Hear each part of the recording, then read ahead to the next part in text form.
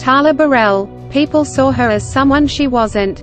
Her movie career lasted 30 years from 1926 to 1955, with 66 credits to her name. On the one hand, that's a great achievement. Sadly, on the other hand, she was hindered by not being fully appreciated for the talent she was. She was cast all too often as the alternative or the substitute. Sometimes people see you as someone you are not. Such was the case of Tala Birell. She was born, Natalie Birell, on September 10, 1907, in Bucharest, Romania, to a German couple. Her mother before marriage was the Baroness Stefanie Sahaydakovska of Poland, and her father, Karol Birell, was born in Vienna but made his money in oil in Romania.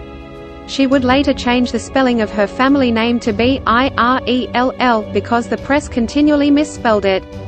She was educated in a private school during World War I in Berlin. In 1926, the attractive 5'6" young woman landed a bit part in her first film, Don't Play with Love. But she also loved doing stage. She was discovered in Germany by famed producer Max Reinhardt, who signed her to be the understudy for Marlene Dietrich in leading roles, launching a stage career in Germany and Austria. Her success was instantaneous, and she was given a contract by the British International Film Company. Being able to fill in for the legendary Marlene Dietrich gave her a tremendous start in show business. But it also initially established her as a substitute for someone else, clouding perceptions of who she genuinely was. This substitution perception would follow her for the rest of her career. 1930 to 1931, she headlined 4 German-language films, mostly remakes of successful French and British films. Agents for Universal Studios discovered Tala singing and acting on the stages and screen in Vienna and brought her to the attention of studio head Carl Laemmle. Her experience and talent were only enhanced by the fact she knew 4 languages fluently: German, French, Polish, and English. She was signed to a term contract, which took effect after her European commitment ended. Even though she admitted to being homesick for her mother back in Europe, she remained in Hollywood. Next, she starred in the 1932 Universal film, Doomed Battalion. She became a relatively big name for a while in American films in the 1930s. She was often referred to as a rival to Greta Garbo, due to her German origin, accent, and cold glamorous appearance. It did not matter that she had done things on her own in Europe on stage and screen. When she came to Hollywood, the Garbo-conscious town, she was put through the makeup mill.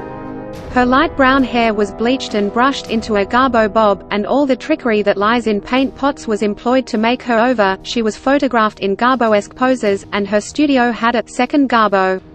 Natalie Birell of Bucharest, Romania had grown into a talented actress who admired Garbo but did not wish to imitate her.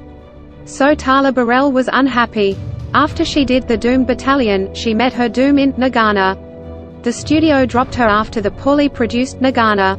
It was a starring vehicle for Tala Birell, but it was made of stock shots of wild animals and jungles, with Tala and Melvyn Douglas thrust in here and there for story purposes. Tala says she never figured out who she was in the story, or how Douglas happened to wander into it, or why the picture was even produced. It was bad enough, however, to cause Douglas to go back to the stage and gain success all over, and to cause Tala Birell to be dropped. She, too, went to New York. "I was determined not to go home a failure," she said. "I told myself I should never join the parade of foreign players who come to Hollywood and go back without accomplishing anything. It was hard to get a play in New York because my accent was heavy. But I stayed until I found one. My role was a Russian countess. And in that role, a movie producer saw her and brought her back to Hollywood, because she looked like Garbo. It was for the picture, Let's Fall in Love. And that led to other exotic roles, adventuresses, and villainesses. Could she finally be herself? She was studying, erasing her accent, improving her English. She let her hair return to its natural color. She did well in Crime and Punishment. She was hopeful. In 1937 she became an American citizen. She was busy being Tala Birell, or so she thought. During the 1940s, she took acting parts in patriotic anti-Nazi war films.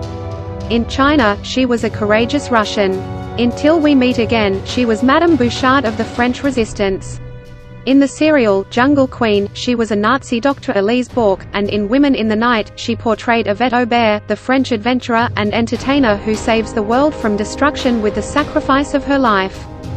Sadly, despite her attempts at transformation, she was still being framed as that second Garbo in the press. She continued to be viewed as someone she wasn't, endlessly being compared to others. Following World War II, Germany had changed, and her mother, who lived there, wasn't doing well. Leaving Hollywood in 1946, Tala Birell headed for Berlin. She said, "Ever since Germany started the war, I've tried to get Mama out of there, but never succeeded. And ever since it ended, I've tried to visit her. And only now it looks like I will be able to get there." Tala Birell later would tell the press, "It's true that I am behind the Iron Curtain, 104 miles to be exact, but I am well protected by the British, French and American troops. I am in Berlin working for the United States Army as a command entertainment director.